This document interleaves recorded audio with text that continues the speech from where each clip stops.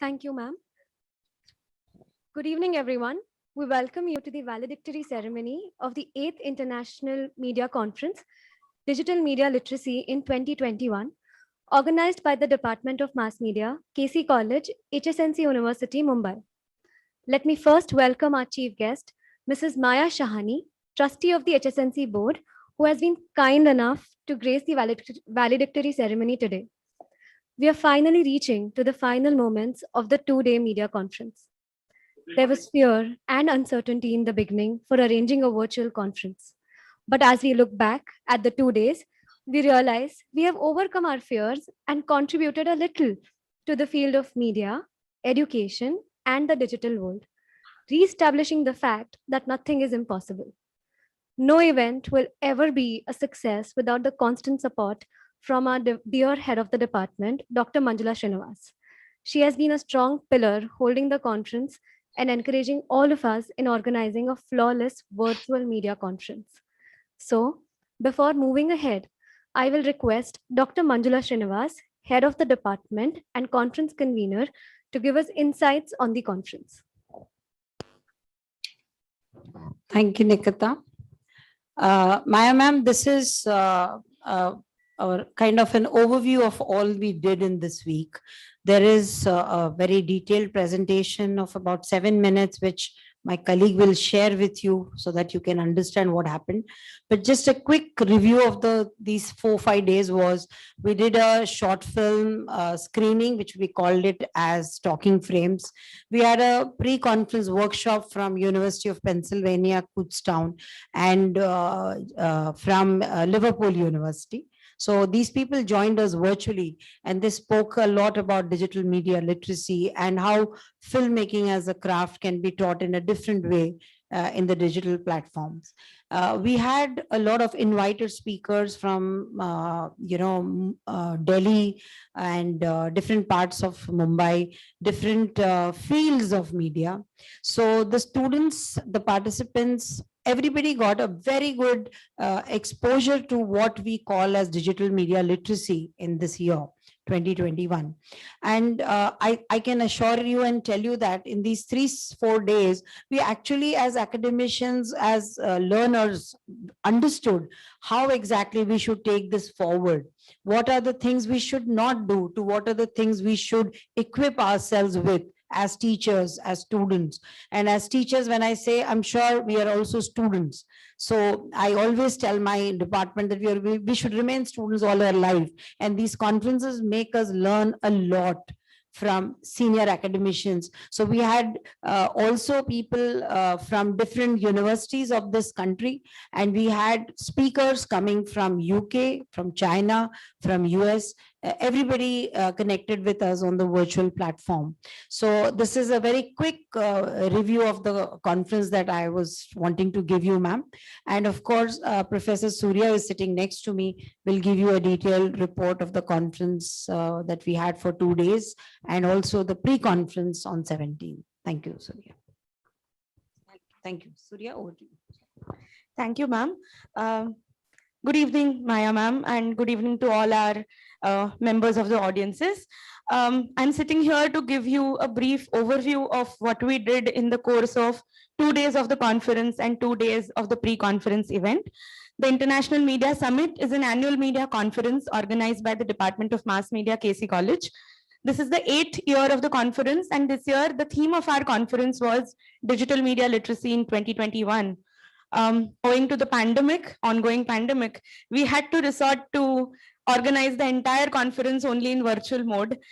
So we did all the sessions virtually. All our participants, presenters, delegates, everybody joined us virtually from their locations. As a part of the pre-conference events, Talking Frames, a short film festival, was organized on the 16th of March, where we screened 6 short films made by the film, television, and new media production students in various colleges across the Mumbai city. The films were screened virtually. Mr. Cyrus Dastoor, founder of Shamiana, a short film company, and Dr. Mangesh Karandikar, director of MET Institute of Mass Media and a very senior media researcher, were present as the jury members for the same. They shared their insights and gave their inputs to these budding filmmakers. The next day, which is 17th of March 2021, there was another pre-conference session, a series of lectures by researchers in the field of media from foreign universities. From Kutztown University of Pennsylvania State, Dr. Michael Johnston and Dr. Ursula delivered their talks.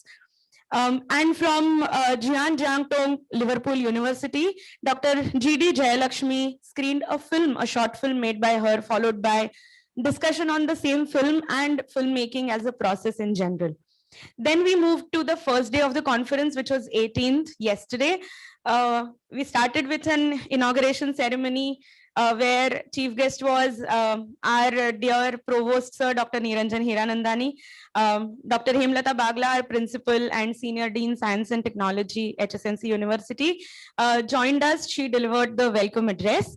Niranjan Sir spoke about importance of digital literacy in education and how teachers can incorporate the digital media into their teaching learning methodologies. He also highlighted a very interesting point, which is the risks of digital revolution that it comes along with, like trolling and fake news and privacy issues. So that was the inauguration ceremony. We then moved to the keynote address of the conference, which was by Dr. Sanjay Dwivedi, Director General of the most prestigious mass media institution in our country, Indian Institute of Mass Media, Indian Institute of Mass Communication. He spoke about visual literacy, information literacy and media literacy in the digital era. He threw light upon the importance of digitization and how the education institutes now should rethink about the curriculum and teach the students about issues like fact checking. This year, we received an overwhelming response with our paper submissions. Also, initially, actually, we had thought that because we are resorting to virtual mode, we never had an idea about how many paper presenters and researchers were actually, will be the part of our conference. But surprisingly, and I'm delighted to announce that this year we received record number of abstracts, 64 abstracts in total, out of which our peer review committee accepted 55 papers for the presentations in the conference. Spanning over 2 days in 8 different parallel sessions, we organized paper presentations. We segregated the papers according to different categories. News in media, which was the category that discussed about several issues that come along with print media, like how the reading choices have changed of the literature readers, of the news readers, how to combat fake news, how exactly newspapers are thinking about their digitalization, how to understand propaganda-based content on social media and how to bifurcate it from the real news. So these were the various issues discussed in the news and media section. We had another section which also is very important when it comes to digital revolution, which is media in business. Because media now is a part of every business and social media is being taken seriously by all businesses, we thought this section would make a lot of sense, and several researchers, delegates, paper presenters discussed about various topics ranging from changing preferences of consumers to changing preferences of brands, and how now during the COVID crisis, brands also are looking at various aspects of social media marketing, buying patterns of consumers, etc. Television and OTT platforms were also discussed. So that was our section 2, media and business. We had an elaborate deliberation on digital platforms, which is the most thriving area when it comes to understanding digital media literacy. We discussed everything. The papers that we received ranged from topics of understanding media literacy during the COVID-19 crisis, pre-COVID-19 crisis, and now what next after COVID year, what will happen next. So our paper presenters tried to deliberate on that aspect also. Because everything is moving digital, there is a risk of creating larger digital divide. The papers discussed this aspect as well. Current affairs and digital media, how exactly the platforms are looking at it, how the content creators are understanding now the preferences of viewers and audiences, how reactions are changing, how the communication is taking a new shape is what the papers discussed in this session. We also had another very detailed deliberation in two different parallel sessions actually on media and education, because education is actually one area which has seen the largest transformation, the biggest transformation because of digital revolution. So media and education was the section that was probably discussed the most by our paper presenters. So we discussed how to understand the digital behavior and with respect to school children, artificial intelligence. Then there were also discussions about increasing media literacy and focusing on media literacy in foreign language classrooms, which was a very interesting discussion. Storytelling, how it has taken a new shape and how now digital storytelling is being focused on by educationists also. So this was briefly the discussion in the media and education sector. And we had another section of papers which was miscellaneous, which ranged from the topics ranging from digital citizens and arts, and separating art from artists, and how the public policy can be rethought now because there is digital revolution, and how cities and city administration can think about digital revolution and incorporate that aspect in the governance factor of it. So ranging from education to business to print media to digital media, and even to the complex issues like public policy and diversity and digital divide. The conference actually discussed every single aspect that comes along with the digital revolution, discussed the importance of the same. Another interesting aspect that our convener, Dr. Manjula Srinivas, had planned for the conference was invited talks. We had 7 invited talks this time, again, a record number in all our years, I guess. 7 invited talks by people from various sectors of media industry and also from academics. So we had Dr. Surbhi Dahiya from IIMC Delhi. She discussed about business models in media industry. We had Dr. Sumit Narula from Amity University, MP, who discussed about print media and changing dimensions of the industry in the digital era. We had Dr. Aditi Vaidya, who's a design professional and a very senior media professional. She spoke about new paradigms of communication design. Mr. Suresh Gaur, a very senior PR and communication expert, spoke about PR literacy and digital PR. Taking the cue from the same topic was our next topic, which was sports marketing and PR, which was discussed by a very senior PR professional and journalist, Ms. Smita Deshmukh. Ms. Harvinder Bindra, proprietor of Add Value International and a very senior print marketing expert, spoke about how to redefine the print business in the digital era. Dr. Sue Sudbury, who's a senior filmmaker and associate professor in media practice from Bournemouth University, UK, spoke about participatory filmmaking and digital storytelling with respect to rural India. So these were the topics that we had for our invited talks. And like every year, the highlight of the conference was the recently concluded panel discussion, which usually is conceptualized as a crossover between industry and academics. And we usually call people from the industry, mostly the young professionals in the industry, who can deliberate and discuss and share their experience of working in media industry and how they are experiencing this change that has brought that is brought in by the digital revolution, and how it is important for professionals to understand digital media now and to be digitally media literate. So a panel discussion with fantastic panelists, Namrata Keswani, Ash Gopalani, Anandita Ghosh, Sonali Shah, and it was Kayoze Irani, and it was moderated by Mr. Aditya Mahendare. And it was interesting, engaging, and our audiences had a great fun in listening to all the young panelists. So that's what was the overview of the entire conference. I'm sure all the participants and all the students had a lot to learn, discuss, deliberate, and take away from the conference, and discuss and incorporate the same things in their research, not just the research, but also in their life as industry professionals also. So we, as the conference team, are very delighted to have had these many deliberations and discussions in the course of last 4 days of the conference. That was from my side. Thank you so much. Thank you, Surya ma'am. Thank you, Surya ma'am. Definitely, I'm sure our audience, our students, and all our participants must have taken a lot from this conference, bridging the gap between practical and theory world. Moving forward, let me introduce our audience to our chief guest. Our chief guest for the valedictory session is Mrs. Maya Shani. Maya ma'am is the chairperson of the Shani Group and the trustee of the Thadomal Shani Trust.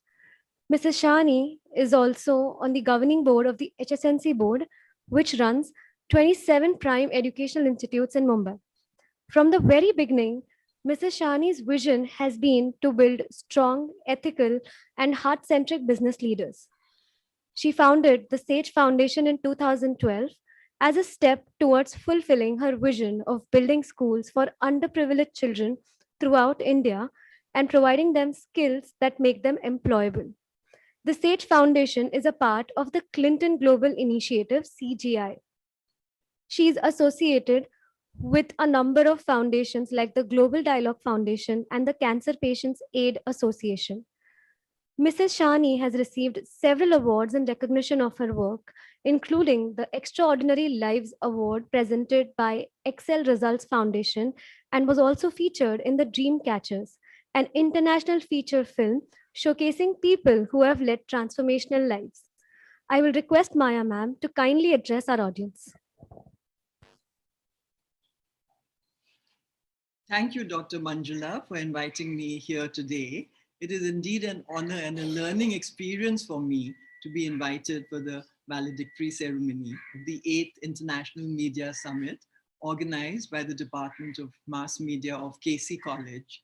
And the theme for this year's conference, Digital Media Literacy in 2021, is indeed very topical and important for all of us to know more about. But after listening to what you just told me, Dr. Surya, I'm wondering what more can I add to the wonderful event that you covered in these 2 days. You covered almost every topic, and I was really scratching my head to see what else can I add to this. So, but I'll try my best because Dr. Bagla told me I have to speak for 15 minutes, so that's a tall order to add on to what you've already done. So, digital media literacy, as you mentioned in your invite, Dr. Manjula, is the ability to understand, evaluate, and analyze the information created online with digital technology. But how do you even begin to understand digital media? You know about Eric Smith. He was a former executive chairman of Google and Alphabet Inc. He had said, the internet is the first thing that humanity has built that humanity itself doesn't understand, and the largest experiment in anarchy that we have ever had. It is a total, the internet, you can say, is a total chaotic situation for the whole world because it's very difficult to fully understand the internet. Secondly, how do you evaluate social media tools? The constant shifting landscape of digital marketing means that a new shiny object is popping up on the scene every few months. Innovators and early adapters in the space tout it as the next Facebook or Twitter. And if you believe the marketing press, you simply must be on this platform. You say, oh, this new platform, this is something I must do to promote my brand success. But don't ever buy it. A common joke today in cynical marketing circles goes something like this. The question is, how do you spot a social media expert? And the answer is anybody with an internet connection and a keyboard. We all think we are masters of the game, but nobody knows half the things that can happen on the internet. The third ability, how to analyze the data, is equally important. So in this age of information overload, we are inundated with fake news and rumors via multiple WhatsApp forwards and social media feeds, as we all know. So how do we know what to believe and what not to? This is where critical thinking comes to the rescue. I don't think anybody in your speakers group mentioned critical thinking. Maybe they did, but I missed it in your talk. This is something very important because critical thinking is defined as the objective understanding, evaluation, and analysis of an issue before drawing a conclusion. Our youngsters are growing in an environment where one is prone to biases, irrationality, and prejudices. Learning how to think critically could make the difference between success and failure. This is why at all our Shahani Group institutes like Thadumal Shahani Center for Management and Thadumal Shahani Center for Media Studies, we explain how analyzing pieces of information, systematically solving issues, and creating innovative solutions can make you a better professional. The advantages of critical thinking are many. As I mentioned earlier, it is a key to career success. Critical thinking helps in any profession where you need to analyze information, systematically solve issues, create innovative solutions, and elucidate it. This capability is used frequently by lawyers, analysts, accountants, doctors, engineers, reporters, and scientists. But more and more professionals need it now due to the deluge of information through digital media. It makes you more open-minded and accepting of other points of view. It makes you better informed. Critical thinking helps you sort through the overwhelming amount of noise surrounding you to identify the truth that matters. You will be better able to spot fake news. Your opinion on issues will become more respected. It helps you to explore other viewpoints. Sometimes people will look at the same set of information and will come to different decisions. This does not mean that one of them is right and one is wrong. It could just mean that they have different experiences and have different needs from each other. At the HSNC board, we had been talking for quite some time about the importance of media and information literacy for all colleges across the board. But these were just thought processes at that time. And then COVID-19, the global pandemic, happened. In an instant, almost everything in the educational world shifted online, as we all know. And the instructors who rarely use technology suddenly had to learn about video capture, online lecturing, creating digital resources, and adapting print materials for an online setting. The list of new media applications being integrated into the virtual classroom space went on endlessly.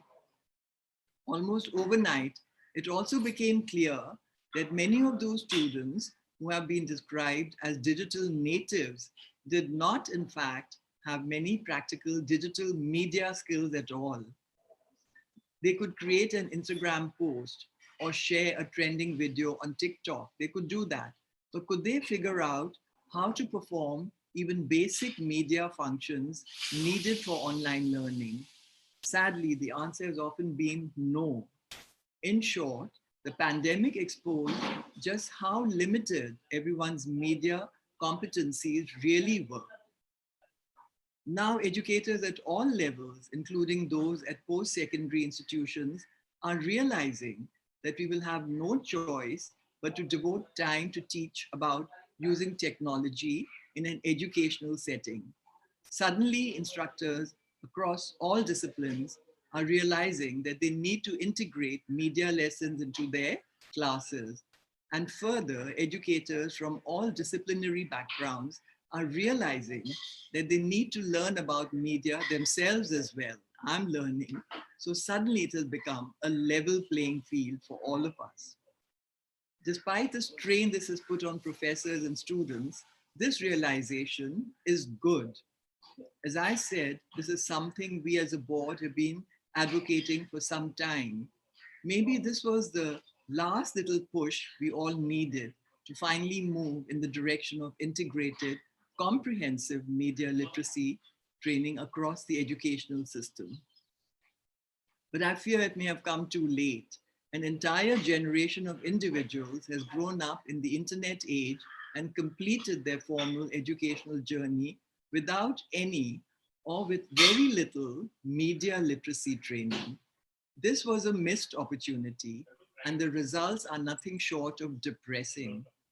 We have a proliferation of fake and pseudo news items, the sharing of misinformation and disinformation, and the manipulation of media platforms by those in positions of cultural, political, and commercial power. All of this is happening in plain sight of all of us. To someone who has been trained to think about the constructed nature of media, it would be easy to recognize the way in which powerful elites are manipulating society through its media. But instead of seeing it for what it is, widespread media illiteracy has contributed to the spread of falsehoods that are destroying our culture, our democracy, and in light of the pandemic, our health and our lives.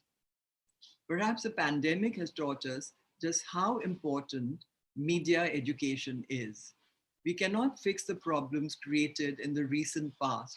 We cannot double back and ensure that the generations who came of age without comprehensive media literacy education develop these skills now, but we can take steps moving forward. Let's learn from this situation and use the momentum we've gathered during a year of online and remote learning to permanently integrate media literacy lessons into our curricula across the educational system. So I'm so happy you're doing this, Dr. Manjula. It's really, a remarkable step that you've taken. Data is essential to business success in today's digital world. However, simply having the right technology and technical skills to handle rising levels of data is no longer enough. This is what Dr. Niranjan had said yesterday, that is just knowing about data is not enough. You have to understand, analyze, evaluate. Organizations need a workforce that have the ability to look beyond the numbers in front of them, interpreting the data to make informed decisions and gain business value. With today's younger generations growing up in a digital first world, there is a minimum level of digital media literacy that is essential, not just in everyday life, but in the workplace as well. You mentioned this just now. Digital media literacy is exactly what it sounds like. It is media literacy layered with digital literacy. So you have to learn how media functions and you have to learn how the digital media functions. The influence of social media, technology, and online resources is rampant and unavoidable. With this increased reliance on technology, digital media literacy is gaining recognition as the most valuable tool for lifelong learning. It's important for everyone to have a basic understanding of how the media works and how to find accurate and honest reporting. We no longer gather news from just the papers, but through television, social media, and online reporting. There's an increased number of venues in which information can be received, and it is important to understand the technology needed to access, compile, and share the information. The latter point is especially important nowadays as we are seeing cases of deep fake technology, which uses artificial intelligence as its foundation, that are becoming sophisticated enough to generate fake media and news that are almost indistinguishable from real stories. There's a tremendous concentration of power and money held by internet platforms. Currently, major internet platforms are not regulated as media companies, despite in many instances curating content, or as public utilities. The intermediary liability protections companies have enjoyed in much of the world in recent years, they have facilitated a flourishing of free expression online. The opportunities for free speech crept into relatively closed societies via the internet. But there is now an extraordinary concentration of market power in a very few US based technology companies, raising serious questions in a world where artificial intelligence and technology have the potential to transform whole sectors of the economy in the way we have seen in recent years with news. You're aware of what's happening. We're all intelligent enough to know what's happening. I think we're all developing our critical thinking abilities to sift out the true from the false. Digital media literacy enables people to have the skills, knowledge, and understanding to make full use of the opportunities presented by both traditional and new communication services. Being literate in digital media also helps people to manage content and communications and protect themselves and their families from the potential risks associated with using these services. How do we go about addressing and combating these challenges? As a society, we need to confront this issue with a top down approach, beginning with the way we educate our children in schools. Changes to the curriculum must be implemented, which reflect the increasing requirements to analyze and interpret media and complex data sets in the workplace. Fake news is really a threat. It is. In the information age, we deserve accurate and comprehensive information. Encountering lies and biased information by deceptive means is frustrating, not to mention time consuming. Everyone deserves the truth. Fake news is dangerous. Individuals can act in harmful ways after reading fake news. A recent example is a QAnon conspiracy, we're all aware of it, whose proponents believe that President Trump is waging a secret war against malicious government figures. This conspiracy has led to online and offline threats. In one notable example, a man was arrested on charges of terrorism. He was outside the bridge, the Hoover Dam Bridge, and he was arrested because of that. The spreading of lies and deceit creates hostilities, and you saw what happened on TV when Trump was not elected the president. There was total chaos and disruption. It was unthinkable for something like this to happen in America. But this could have happened with the QAnon conspiracy and the fake news that was spread out. Be careful of what you share on social media. Fake news can damage your reputation. Sharing fake news or using it to support an argument can diminish your standing and credibility among your peers and colleagues. I remember I was guilty of this once. I put something on social media and suddenly Dr. Kishore Pishori, the principal of our MMK college, he said, "Is this true?" And I said, "Oh, I saw this on the social media." He said he was really surprised that a person of my position could put up something like this, which could have been fake news. So I learned my lesson because we are very naive. We believe what we see on social media, but we really have to apply our critical thinking hat. Fake news creates distrust in all news. Accusations made against credible news organizations cause mistrust in those organizations. These accusations can lead to a general mistrust of all media, including quality media outlets with high journalistic standards. It's true, we're all painted with the same brush. It's just for some culprits, but the whole world suffers because of that.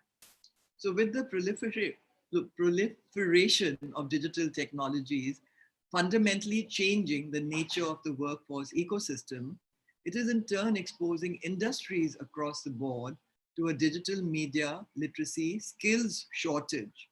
This is where our students will benefit. If they are literate in digital media, they could get very good jobs. The challenges this creates should be embraced through innovative solutions that rework traditional education curriculum at a primary level all the way through to employer-employee relationships. This is an area of importance as education policy must be adapted to help parents and students learn at home, increase digital media literacy, and boost digital education structures.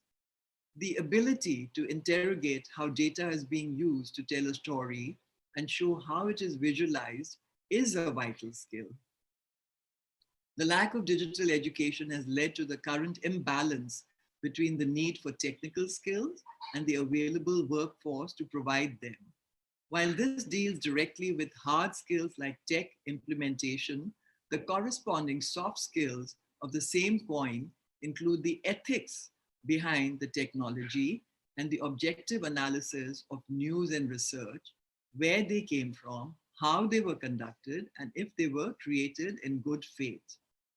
So upskilling our workforce is very important. Rapid and ongoing changes in the nature of work makes reskilling and upskilling imperative to growth for organizations.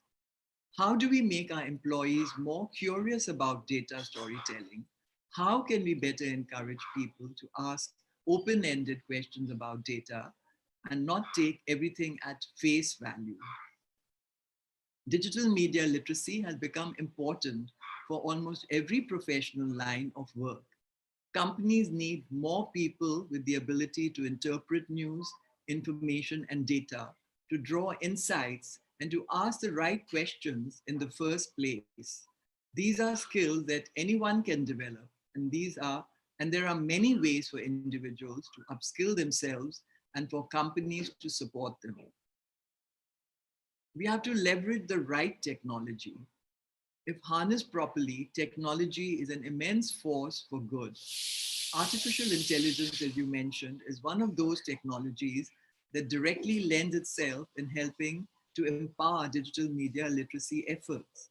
The technology itself is able to aggregate content from exclusive, premium, and reliable sources around the world.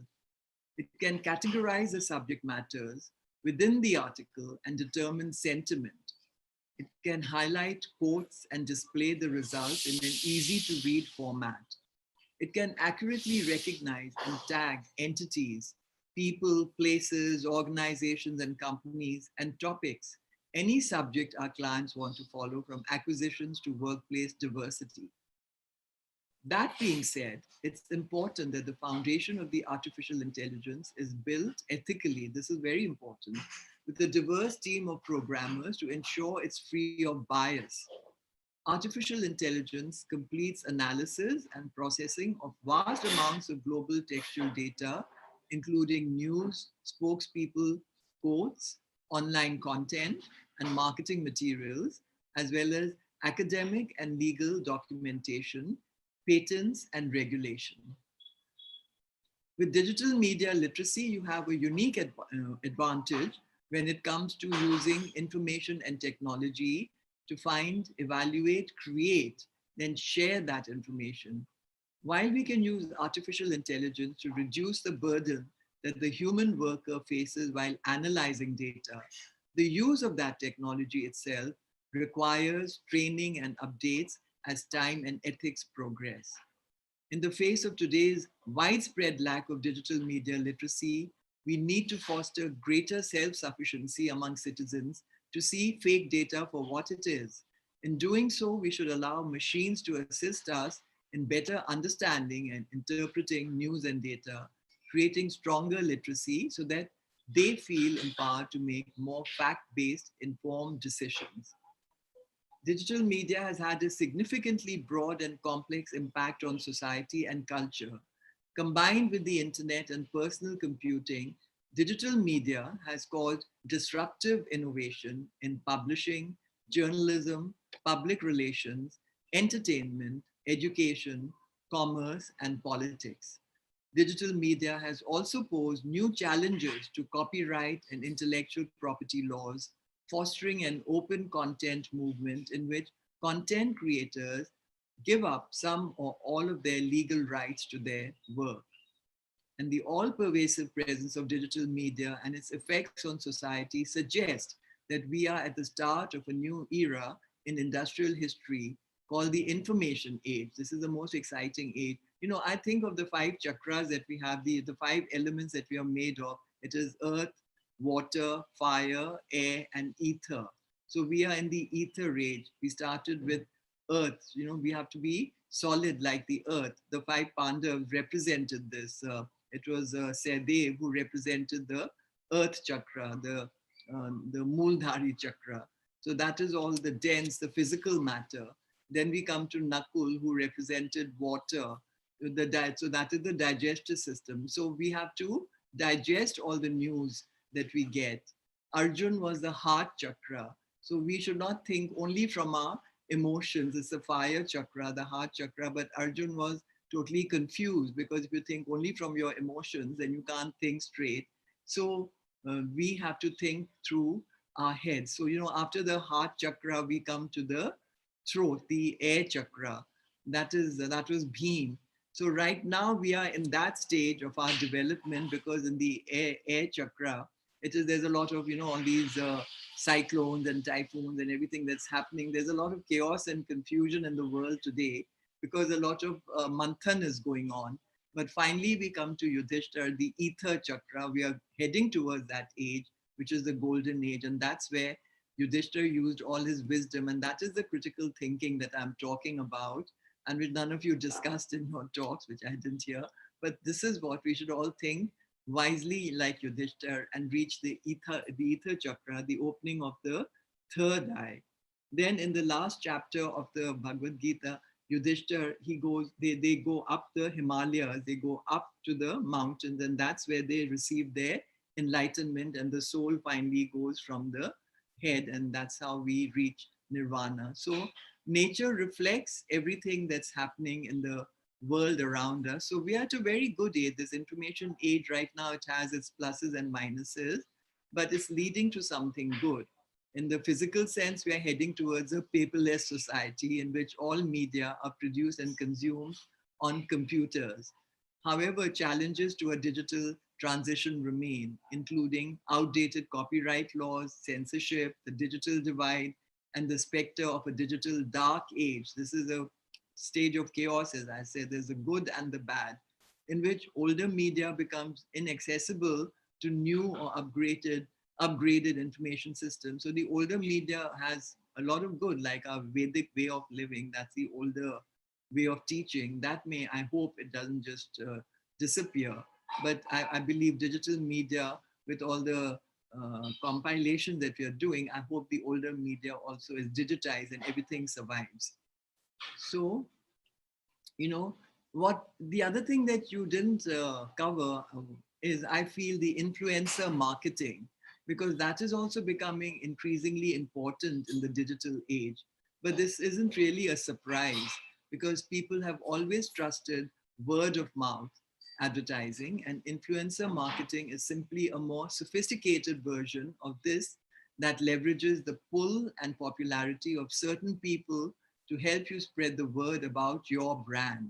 But it's just as important to be able to measure the success of your influencer campaigns accurately.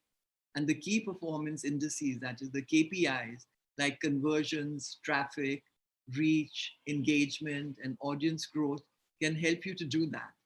By focusing on these 5 KPIs, you'll get a well-rounded idea of how successful your campaign was at achieving your goals, which can include driving traffic, boosting sales, reaching new demographics, re-engaging past prospects, and increasing brand awareness. With the growing number of influencers who are popular on platforms like Facebook, Instagram, blogs, and other social channels, digital marketeers who want a successful and comprehensive strategy to grow a business cannot ignore this important tool. So I've said enough. I think my 15 minutes are over. So I would like to end by thanking all of you for inviting me for today's very interesting and important session, as digital media literacy is the most valuable tool for the digital age that we are living in, as I said earlier. Your able team at the Department of Mass Media have done such a great job of promoting this vital knowledge for our students. Thank you.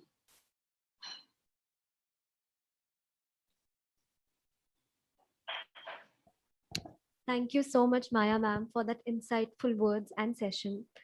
Uh, you have touched upon so many topics. You have basically covered whatever we were trying to put together in the past 2 days, in the last 15-20 minutes. Not just that, you have also spoken about critical thinking, influencer marketing, more so about social media security, and how one wrong forward from our end can we'll risk our reputation with that forward. So I'm sure our students must have taken a lot from your words. So I would really like to thank you for that session. Moving on, I would like to call upon Mrs. Sudha Ravi Shankar for a formal vote of thanks.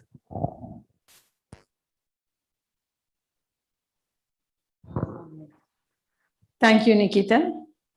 On behalf of the Department of Mass Media, KC College, HSNC University, it gives me great pleasure to present the vote of thanks on the occasion of the 8th Media Conference, Digital Media Literacy, on the virtual platform. On the onset, I would like to thank our chief guests of the valedictory session, Mrs. Maya Shahani. Thank you, ma'am, for gracing the occasion and giving your very thoughtful insights. Nothing would be possible in KC College without the support of our principal, Dr. Hemlata Bagla, ma'am. Thank you for helping us pull off the virtual event so successfully. A big thanks to our chief guest for the inauguration, our provost, Dr. Niranjan Hiranandani. A huge thanks to our keynote speaker, Dr. Sanjay Dwivedi, and all the other invited speakers. To our panel, with Aditya Mahendale and the others. Thank you so much for making it very interesting and contemporary. A big thanks to our peer review committee for patiently reviewing all the abstracts, Dr. Leena Pujari, Dr. Hanif Lakdawala, Dr. Preeti Oza, and Dr. Navita Kulkarni. Thank you very, very much. We are extremely thankful to our vice principals and faculty who graced the occasion. We would like to thank our registrar and the office staff, Registrar Mrs. Savita, and all our office staff for helping us. Our tech team led by Mr. Roshan Kilnani for helping us pull off this event without major glitches. We would like to thank all the non-teaching staff of our department and the college for helping us so much. A big thank you to all the paper presenters, to the wonderful audience. Thank you and bless you. You made the conference happen. We now come to our PG students who have worked night and day from all the different committees and have contributed effectively to the success of the conference. Without you, the conference would not have happened. Thank you to all of you. Good evening. Have a nice evening ahead. Thank you, ma'am. On behalf of my department, I would like to thank you personally for taking out time. And we request you all to rise up for the national anthem. Ma'am, after the national anthem gets over, we would like to tell you the unique feature of the national anthem. Thank you.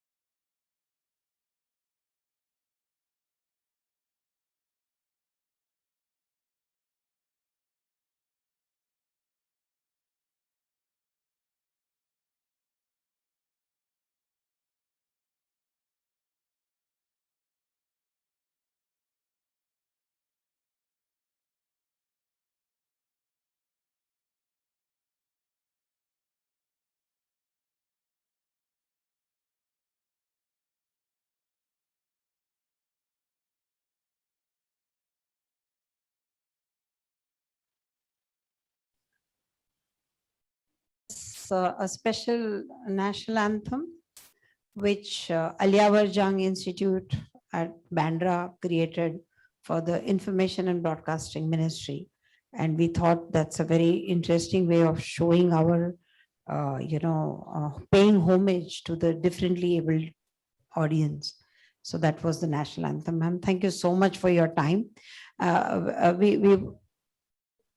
We request all the paper presenters, if they can switch on their videos.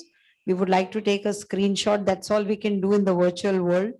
There is nothing more than that we can do. So ma'am, just a minute, if we can just take a screenshot of all the participants. The video has been disabled, ma'am. Now it's been.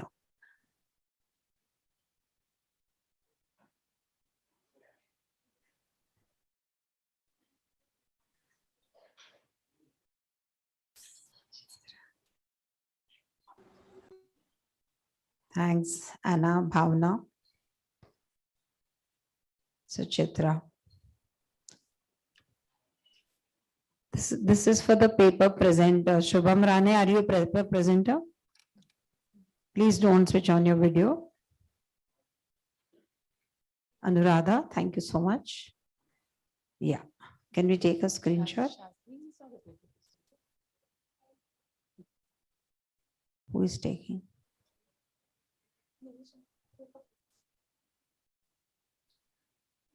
Thank you, ma'am, for being a part of this virtual picture. Thank you so much. Thank you. Thank you. Thank you, everyone. See you all in the next conference offline, I promise, with vaccination and no COVID. Thank you so much. Actually, we have this issue with the camera and the screen, so we all look that side and we have to actually look here. So thank you so much. And we expect honest feedback from all the paper presenters, how we can improve and do better things next year.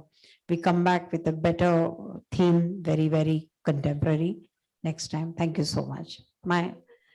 Your certificates will all be mailed to you. We wanted to hand it over to you virtually, but it looks like a very long process. There are 54 of them, and then so many committee members who have to be given the certificates. So it will be in your mailbox by evening. We've got all of them signed. They're all there in the soft copy, and it will be shared in the next couple of hours. Thank you so much. Thank you, everyone. Thank you, Maya ma'am. Thank you so much. And I love all my PG and the UG students as audience, and of course, as committee members who have worked very hard for this conference. Thank you so much. Dr. Manjula, I wanted to tell you, in today's times, you don't only have to look sideways and in the front, you have to have eyes at the back of your head also.